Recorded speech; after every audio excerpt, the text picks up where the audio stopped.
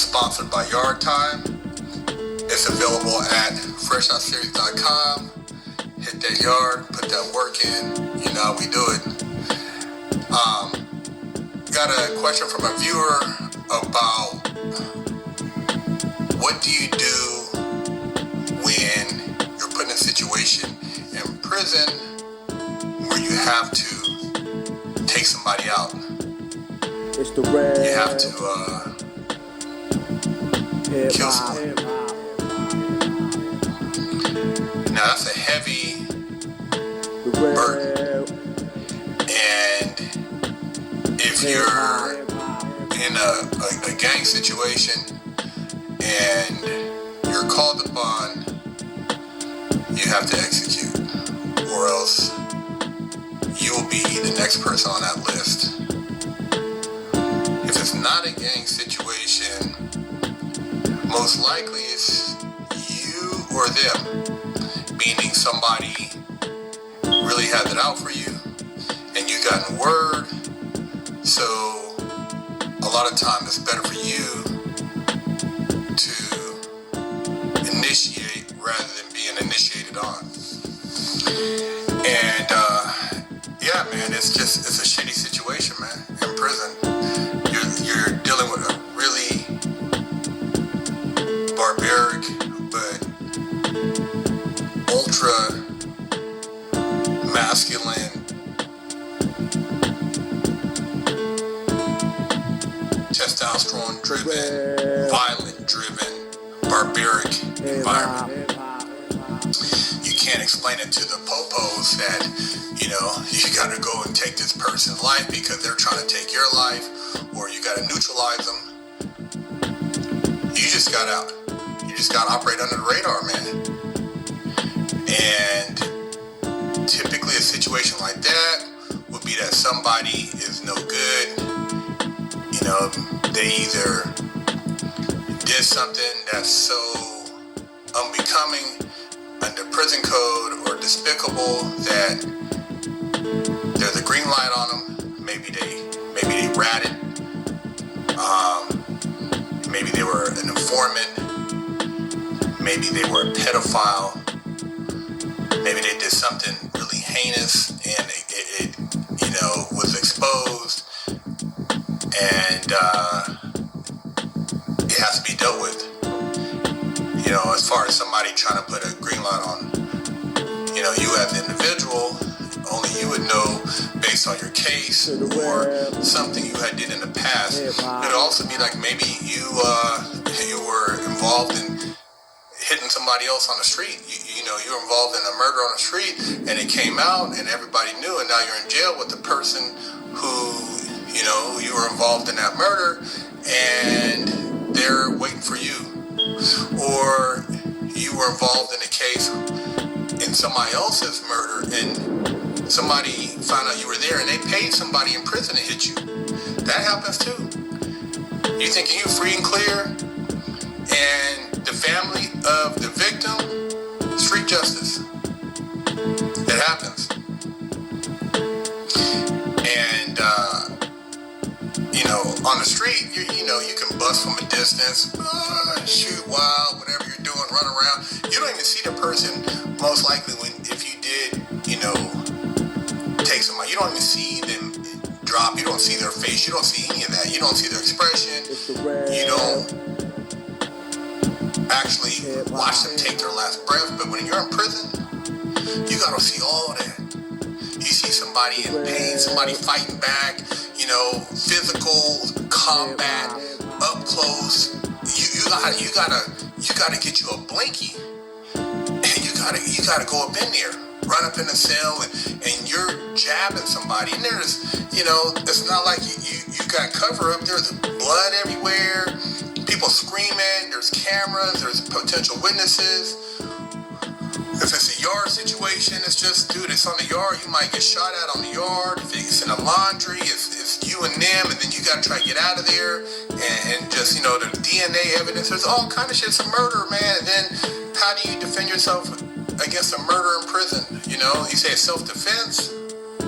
You know, and that's the thing. It's like you got to argue that, oh man, this person was going to kill me, or they had a knife, I was defending myself. And, you know, at what point did you stop? Did you stop to see if they were still breathing? And, you know, person died, you know, bleeds out. They charge you with the murder. You got to go to prison court, which ain't the same. And then they take you to regular court. And then, you know, they can re-indict you. And then you're trying to fight that legally. Or if you get stuck, you know, you gotta, and if you don't die, you gotta, you know, keep your mouth shut. Because if you tell, then that creates a whole nother scenario in prison. It's very ugly, man. Very ugly when you're dealing with, you know, a murder situation in prison, or, you know, a hit situation, you know, where you got to be a torpedo. You got to try to deal with somebody and not get caught. It's a very ugly situation, and you don't want the green light on you, because a lot of times that just keeps going everywhere you go. Another green light, green light, green light. You know, you got to take these. You got to let these dudes know you ain't playing. You know, I know somebody who dealt with that, and they were straight savage, and it wasn't because they had any beef with these people on the street, but it's because this person was not going to be bullied in prison. If you're not being bullied, you don't go for it, shit kicks off, you knock some dudes down, and they see that you're a hitter, now they want to get you. So you got to stay ready. You got to keep either, you know, you know, as soon as you get somewhere, you go get you a broomstick, sharpen it up, or get you some type of toothbrush, or, you know, get somebody in the kitchen, get you something. You just got to stay ready, because you never know, on the way to chow, coming out of the shower, going to commissary, coming from the yard, going to the library. This doesn't matter. You know, some people, they'll try to hit you right in front of the guards, because they figure that's the safest spot, and then they don't have to kill you, because the guards are going to break it up before they kill you. Therefore, they don't get a murder, but they still execute it. And you got people trying to bully you in prison. Oh, you're going to do this, you're going to do that. And, you know, you don't roll with it, then they feel like it's disrespect, because you're not doing what they say. So it's your will against their will. And it's ugly.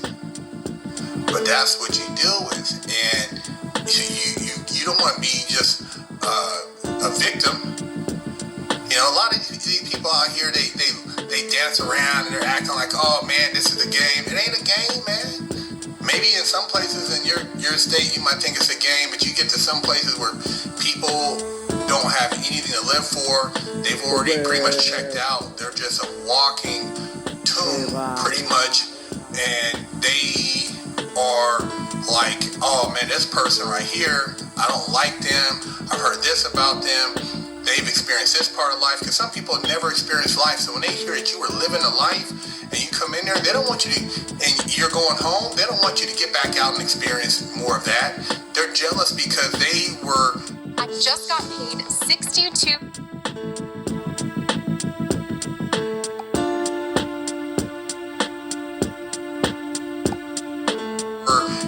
Locked up at such a young age, they barely got any ass. They didn't really get to bust cheeks before they got cracked. So now they're in there. Their whole thing has been beating their meat, maybe looking at fat guards, and, you know, who knows what else they've been getting into as far as, you know, trying to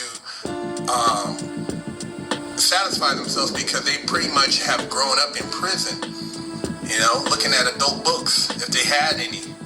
But they heard about you, you had a beautiful wife, you had kids, you're doing this, doing that, and now you're in there with them. They don't like you, they're mad.